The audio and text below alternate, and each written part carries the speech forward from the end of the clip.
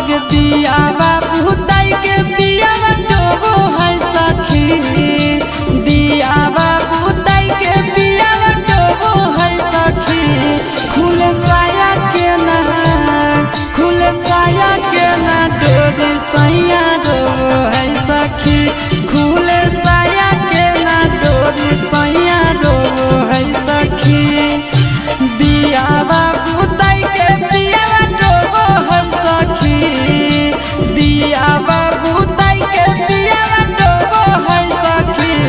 खुले साया के ना, खुले साया के ना डोरी सैया डोबो है सखी, खुले साया के ना डोरी सैया डोबो है सखी।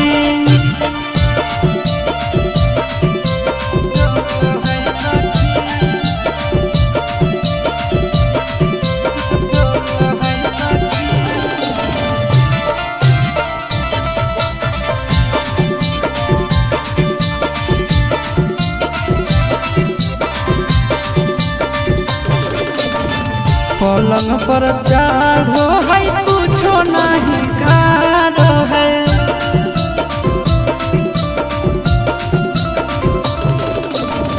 खाली गोड़ा में गोड़ा बरकार है।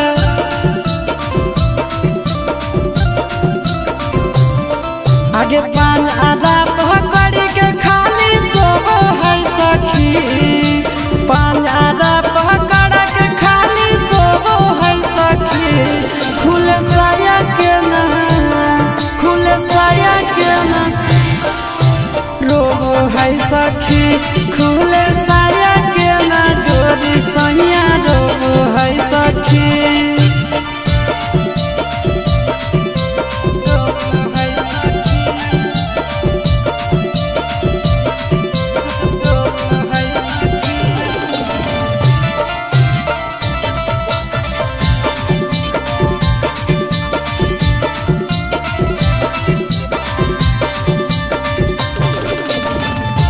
जिया नंदन खाली कारो है हरान गे,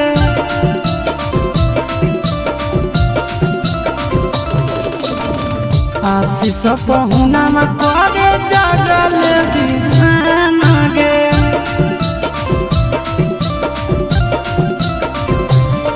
आगे चिंटू राजा नवीन से कुछ नहीं हो है सखी, आगे चिंटू राजा चंदन से कुछ नहीं हो है सखी। खुले साया के ना, खुले साया के ना डोरी सैया